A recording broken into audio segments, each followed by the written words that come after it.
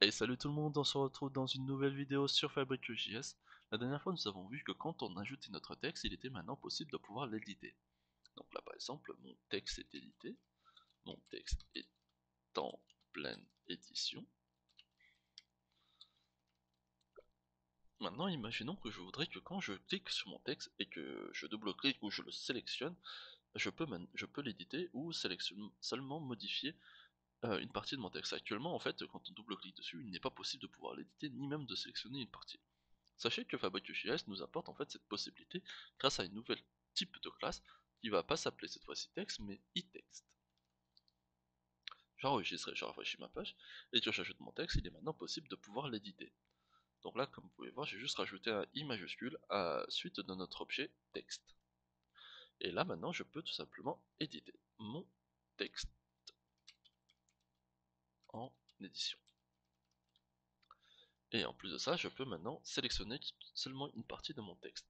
Maintenant, je voudrais faire en sorte que quand je clique sur mettre en gras, ça met en gras seulement une partie de mon texte. Sauf que malheureusement, en fait, quand je clique sur mettre en gras, ça va modifier la totalité de mon texte.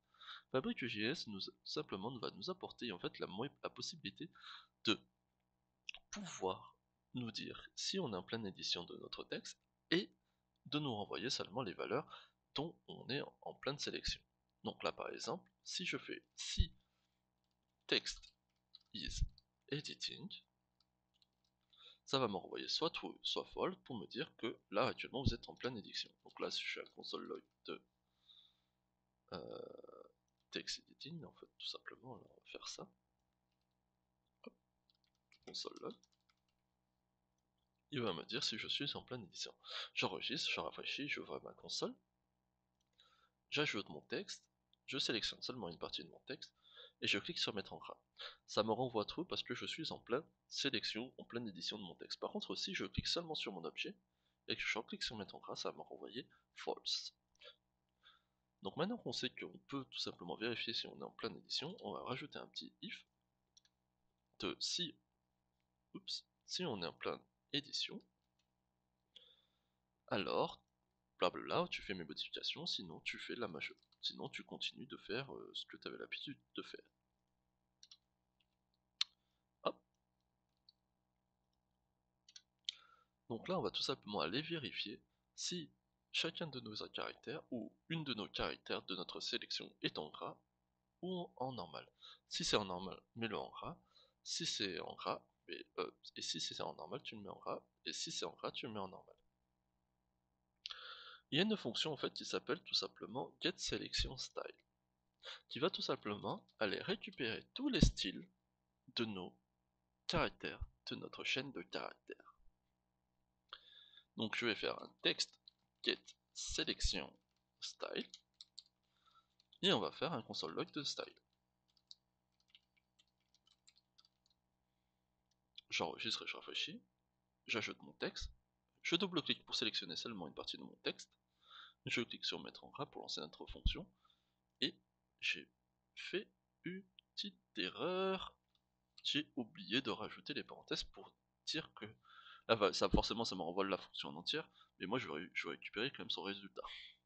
Donc là, hop, je recommence, et là ça me renvoie tout simplement ma chaîne de caractères, donc en fait un tableau de chaîne de caractères, et là actuellement on voit que 0 il contient aucune propriété, que 1 il contient aucune propriété, etc. C'est-à-dire que la lettre T n'a aucune propriété, le E, etc.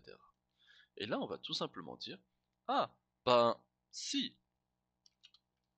la prochaine lettre, enfin le premier caractère, se retrouve avec un fond Waze normal,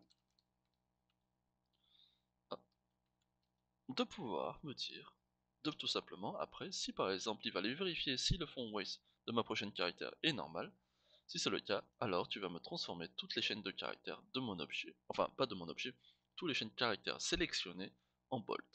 Et là on va faire, au lieu de faire un text get selection style, on va faire un text set selection style.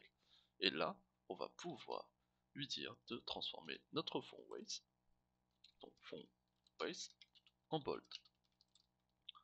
Alors actuellement en fait, pour l'instant, comme vous pouvez voir, en fait, les propriétés sont vides. Que va-t-il se passer? En fait, il va essayer tout simplement de de vérifier, mais en fait il va tomber sur une define. Donc en fait il va considérer comme si c'était normal.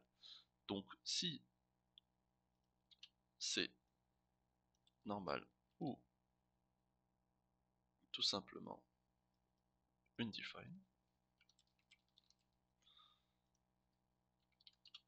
alors tu me mets quand même notre chaîne de caractères, notre liste de chaînes de caractères en wait double.